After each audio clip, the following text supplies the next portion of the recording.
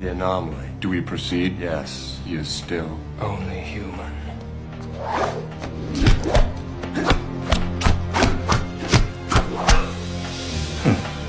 Upgrades.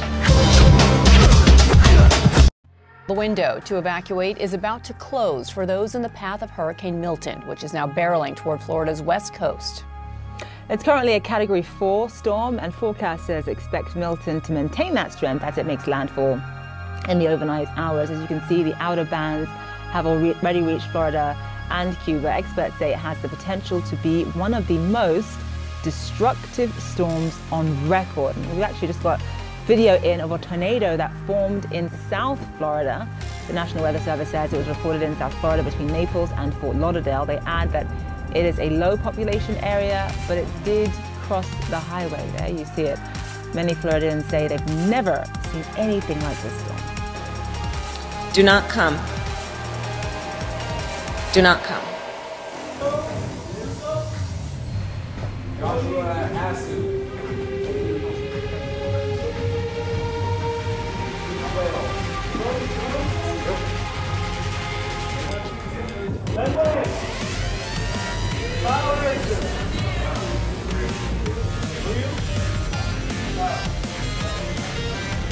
Here's the forecast. Volcano 350 there for Monday. Global superstorm on Tuesday. We could see maybe about 100-200 inches of rainfall, wind gusts up to 1,000 miles an hour. Godzilla Wednesday. I'll be honest, I have no idea what's going to happen on that day. After that, though, how about this to finish off the work week? Low humidity, lots of sunshine, with highs in the upper 80s heading into next weekend. You don't have that authority yet. Why can't we rent this? Okay? You don't have the authority yet. It's that simple. That's further down the line. You said no. When was that filed? I didn't ask you. I'm not talking to you. You need to move away from me. You are a disgrace in my eyes. Ditto, brother. You know what? As a Marine, you should have been better prepared. Jump in my shit and see what happens. I am. As a Marine, you should have been better prepared. In your shit. As a Marine, you should have been better prepared. You don't come to me and tell me I'm a piece of shit for pointing out the truth. I think a lot of people in the city feel the chief should be removed. I will not back down. I stand by what I say. You think you lost your temper, or you think that's okay? I was not happy. Yes. Do I say it's okay? All right, I'm taking you out to the Gulf of Mexico. Hurricane Milton, currently a Category 5 hurricane. That's the highest category that there is. It strengthened back into this late last night. And now we have an update to our hurricane track. It's shifted just slightly to the south. We thought that it was going to make landfall closer to Tampa. Now the Hurricane Center is more forecasting towards Sarasota. We also have an update. We think that this is going to make category as a level or a Category 4 hurricane. That would happen sometime late Wednesday into early Thursday, but we're already seeing some impacts of the storm out across the Florida Peninsula. I'll have more on this coming up soon. This is going to be fun.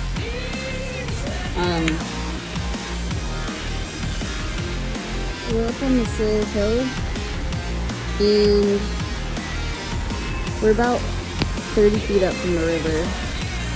And historically speaking, the most this river has ever flooded is 10 feet, which is probably close to what it's at now, but I don't know. We'll see. We'll be okay.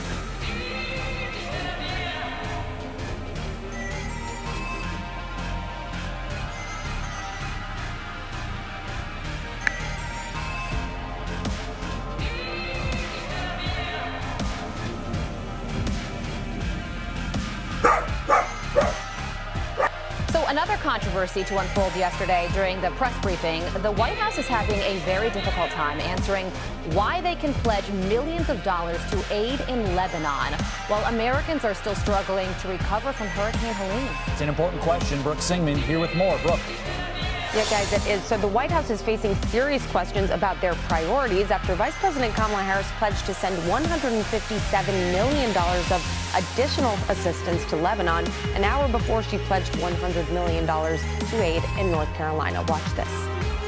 President Biden is fond of saying, show me your budget and I will tell you what you value. If he's got money for people in Lebanon right now without Congress having to come back, what does it say about his values? There's not enough money right now for people in North Carolina who need it. That's not misinformation. No, the way you're asking me the question is misinformation. What you're asking me is why Congress needs to come back and do their job. That's what you're asking me. Congress needs to come back and do their job and provide extra assistance, extra funding to disaster relief fund. That's what Congress needs to do, and we're going to continue to urge that. You may not want that, but that's okay. That's what this president wants, and that's what the vice president wants. Thanks, everybody. North Carolina residents are pleading for more assistance from the government to help them recover from Hurricane Helene. My daughter, whose house got completely wiped out, she has no flood insurance, meets with a FEMA person, applies for everything she gets, doesn't get the $750 that Kamala says that she's supposed to get, gets approved for $300 for personal items. What is that going to do? Where are you? These people have lost their homes, they've lost their businesses, they've lost everything, and they need some support. They need help. And $750 is not much help. It's just horrible. So the FEMA administrator confirming to Fox News that the agency does not have enough funds to last beyond immediate needs. We don't have enough money to continue throughout the rest of the year. And we went into immediate needs funding earlier in the year to make sure we could do just what we've been doing through Helene, as well as now the preparations for Milton. While FEMA says they are running out of funds, a DHS Inspector General report finds that FEMA had $8.3 billion in unliquidated funds meant to relieve declared disasters from 2012 or earlier. More than $7 billion of that could potentially be returned to the Disaster Relief Fund. But analysts say FEMA cannot tap into unspent funds from long ago crises, so the money stays frozen. Guys. Bureaucracy at its worst. Wow.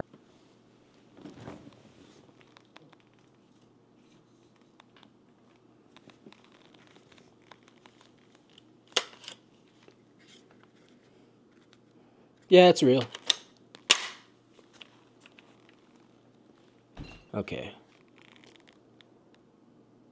Can't have that. Salutations, Curse Nation. My name is Wolf, and you're watching The Wolf Channel, spelled VVVLF.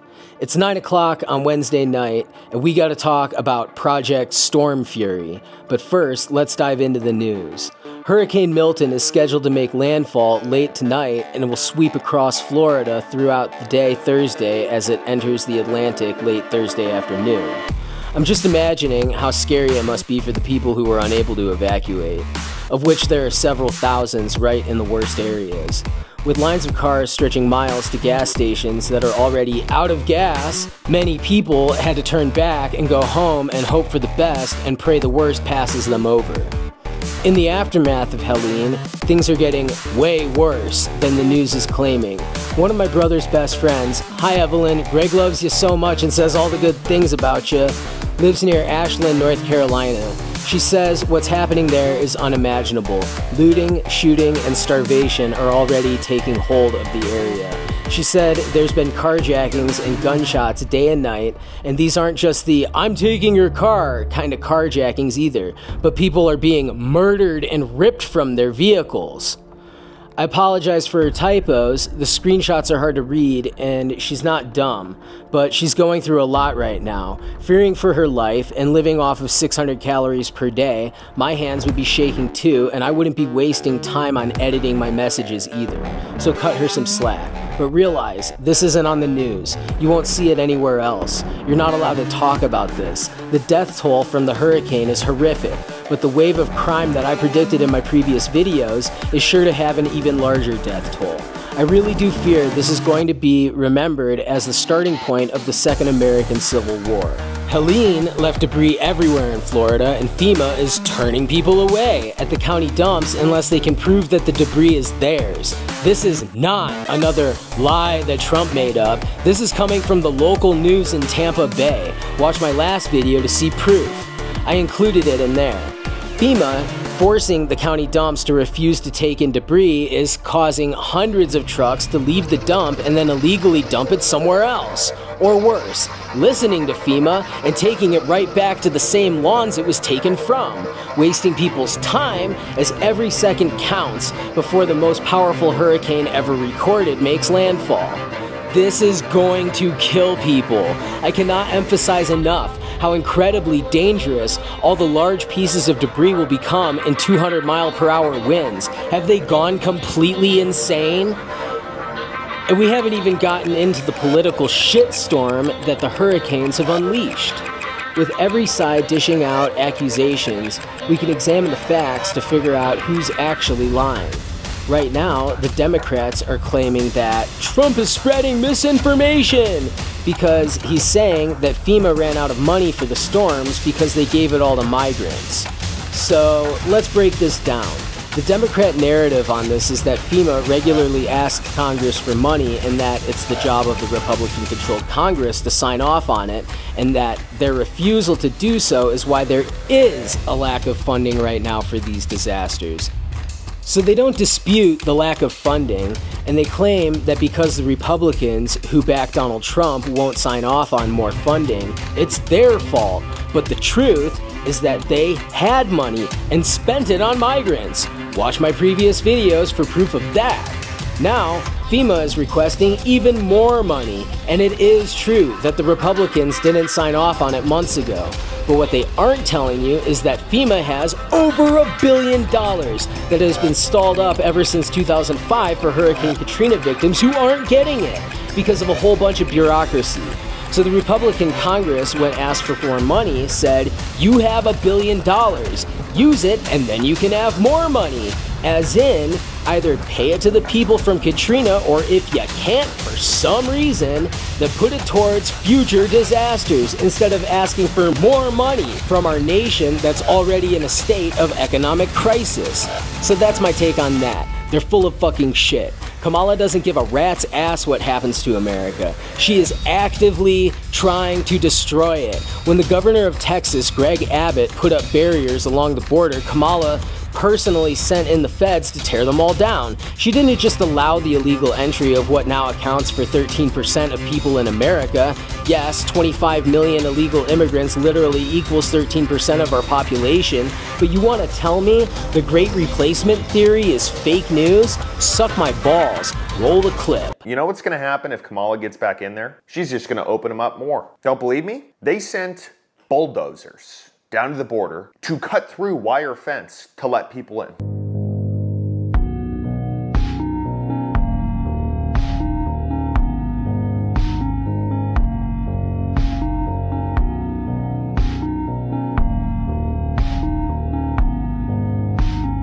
Ron DeSantis is still refusing to answer the phone for Kamala Harris, and she's lying about it. And I heard what you said about Vice President Harris and the phone call. Did she ever get through? You know, Brett, like I said, my job is to marshal resources and work with everybody to have an effective response. And she thinks it should be about her. If I honestly thought that there was something to be gained, I would pick up the phone and call her. The fact of the matter is she has no role in this process. She's not part of the chain of command. I am working with President Biden and FEMA and our state and local partners, and we're getting the job done. She has never been interested in any of the storms we've had in the state of Florida for her entire time as vice president. Now she's out there attacking me because I'm not catering to her whims. All she's trying to do is inject herself to be a part of her political campaign. I don't have time for political games. We've got a job to do. We got people's lives on the line, and that is our sole focus. Well, most importantly, hopefully everyone gets through this okay. We're praying for your state. Governor, we appreciate the time. Thanks. She's claiming that because he won't speak to her, people will die. But the truth is, she's not the president. These issues are directly coordinated with the president, FEMA, and the National Guard of whatever state is in crisis. The vice president has nothing to do with the process, and Kamala hasn't been involved in any of the hurricanes throughout her own administration at all. So she's now only inserting herself into it because she wants to win the election, or is it for something more sinister? I believe the real reason is because Joe isn't the president anymore. But there is one scenario in which the vice president would have to handle this stuff. What scenario, you ask? The one where we no longer have a president. I think after the debate, the powers that be in the American government had a serious talk about Uncle Joe and his cognitive ability or lack thereof.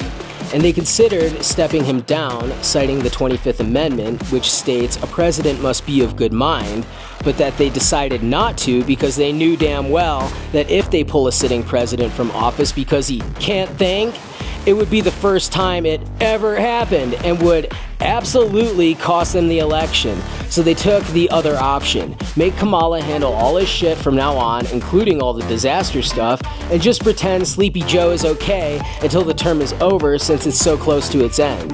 This joke is honestly getting old now, but we are literally living in a weird multiverse now where the Oval Office turned into Weekend at Bernie's. And now, for the fun part. Project Storm Fury. On September 26 of 1955, a US Navy P-2V Neptune aircraft was lost flying into Hurricane Janet. All 8 crew members and 2 journalists died, and the Neptune aircraft was the only Atlantic hurricane hunter aircraft to ever be lost. For over 2 decades, the US government tried to tame hurricanes under a secretive project named Storm Fury. James Pollard Espy was born May 19, 1795, the same birthday as Ho Chi Minh, and lived until January 24th of 1860. Espy was the first meteorologist for the US government who not only studied the weather, but believed he could change it. His method? Starting forest fires. He believed the updraft of heat would cause thunderstorms. He suggested doing it weekly, preferring Sundays as burn days. In 1891, the US government hired a kook. Sorry, I'd say his name, but I can't pronounce it. Link below. He believed that blowing up the sky would cause rain. So one day that same year, a bunch of explosions happened one morning over Washington, D.C. Government attempts to control weather continued on through the Cold War. An average hurricane releases the equivalent energy of 10,000 nuclear bombs, according to an article about hurricanes on HowStuffWorks.com. Since 1980, hurricanes have caused over $1.3 trillion in damages and have been responsible for the deaths of over 6,500 people. As early as the 1940s, the US government began wondering if it could impact the strength of a hurricane. The idea began with the still used and still practiced cloud seeding, which has received major scrutiny from conspiracy theorists. Cloud seeding literally began all the way back in 1946 when a scientist, Dr. Vincent Schaefer, discovered by breathing over dry ice, it created what is called supercooled water droplets. This is when the government first began realizing they could replicate this reaction in clouds to cause them to release their moisture. This concept was first attempted by flying a plane through clouds equipped to drop dry ice into them, causing the reaction. In 1947, the government contracted with General Electric to test the idea. They named this effort Project Cirrus. In 1948, the US government waged an attack on Hurricane King. Ain't that the most American shit you ever heard? In the experiment, cloud seeding was used on a hurricane for the first time. Using a B-29 and 2 B-17 bombers, it sorta worked, with the hurricane making a 135-degree turn and veering due west the next day. And not only that, the hurricane became more powerful, as in, after seeding the storm, it veered off course and gained speed. So what was meant to diminish the strength of a hurricane became a weapon instead. All the way back then, they actually controlled a hurricane's path and intensified its destructive power on accident, aiming it straight for land where it then hit Savannah, Georgia. Was this the first ever genocide via weather manipulation? The conversation around weather manipulation went quiet for the next few decades. In 1961, the Hurricane Research Division of NOAA explains their hypothesis that around the eye wall of a hurricane, it is dense with supercooled water. Thus, seeding near the eye wall, the most powerful part of the storm, could trigger inertial instability and a bunch of technical jargon that basically means it could diminish the strength of the hurricane by widening the eye wall and basically slowing down the storm. Instead of dry ice, another GE scientist named Bernard Vonet discovered that silver iodide smoke was more similar to ice crystals and was more effective at cloud seeding. They first tested the idea on Hurricane Esther in 1961.